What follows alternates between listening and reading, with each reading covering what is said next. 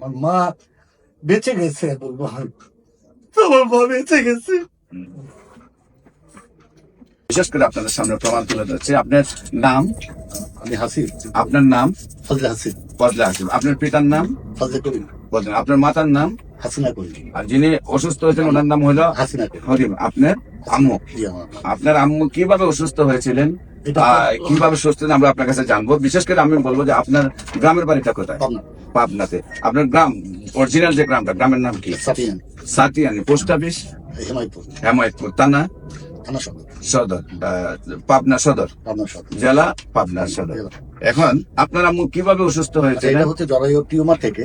টিউমারটা যখন আমরা অপারেশন করি তখন এটা বায়োপসি করে ধরা পড়ে যে এটা ক্যান্সার। এবং ক্যান্সার এটা শুধুমাত্র ক্যান্সার না, এটা হচ্ছে খুব জটিল একটা ক্যান্সার যেটাকে বলা হয় সেলস জাতীয় ক্যান্সার, যেটা খুব দ্রুত বর্ধনশীল। তো এটা আমার অপারেশনের পরে আপনার ডাক্তাররা কেমো সাজেস্ট করে 6টা কেমো 30টার মতো রেডিও। আমার তোর বয়স অনেক নিয়ার বাই 70। তো 70 বছর বয়সে আমার কেমন রেডিও এতগুলো দিতে পারবে কিনা, কারণ আমার হার্টের সমস্যা ছিল। আমার খুব মানে অল্পতেই যদি ভয় পেয়ে যায় হার্টের একটা মানে বাজে অবস্থা হয়ে যায়। আমরা খুব দুশ্চিন্তার মধ্যে পড়ে যাই। এর মধ্যে অনলাইনে আপনার এই ইয়াটা দেখি। আল্লাহর অশেষ শুকরিয়া যে ওই মুহূর্তেই আমি পাই এটা, ওই মুহূর্তে পাই এটা, আল্লাহর রহমত বলবো আমি। এবং এখানে আসি আমি। তো অনেক এসে প্রথম কনফিডেন্সটা অবশ্য আপনার কাছ থেকে আমি পাই, হ্যাঁ এটা ঠিক হওয়া সম্ভব, এটা নির্মূল হওয়া সম্ভব। তো 4 মাস আমরা চিকিৎসা করলাম। 4 মাস চিকিৎসাতে ইনশাল্লাহ আল্লাহর রহমতে যে রেজাল্ট আসছে রিপোর্টগুলো থেকে, ব্লাড টেস্টে, তাতে আমার ব্যক্তিগতভাবে বিশ্বাস হচ্ছে না যে রিপোর্টটা ঠিক আছে। এত ভালো রিপোর্ট। অ্যাকচুয়ালি আমি অল্প একটু দেখাবো, ছবি দেখাতে পারবো? এটা হচ্ছে আমার আম্মা। যখন আমি এখানে আসি ওই দিন স্যারকে দেখানোর জন্য আমি এই ছবিটা তুলে নিয়ে আসছিলাম, বের করে রাখছি।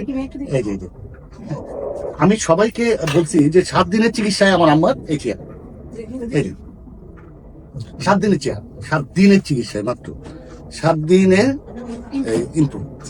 হ্যাঁ, আর এখানে আসার আগে আম্মা কিছু খেতে পারতো না। একটা রুটি দিলে এই নাড়াচাড়া করতো, মা খাও না কেন, ভিতরে যায়।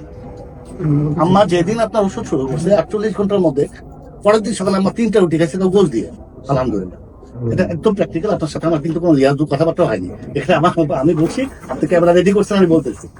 আমি খুবই খুশি, আল্লাহ দরবারে লাখো কোটি শুকরিয়া। এবং আল্লাহ আপনাকে নেক হায়াত দান করুক। আল্লাহ এমন অনেক রোগীকে সুস্থ করার তৌফিক আল্লাহ আপনাকে দান করুক। আমার পক্ষ থেকে এটা আমার দোয়া। আমার মা বেঁচে গেছে বলবো, আমার মা বেঁচে গেছে।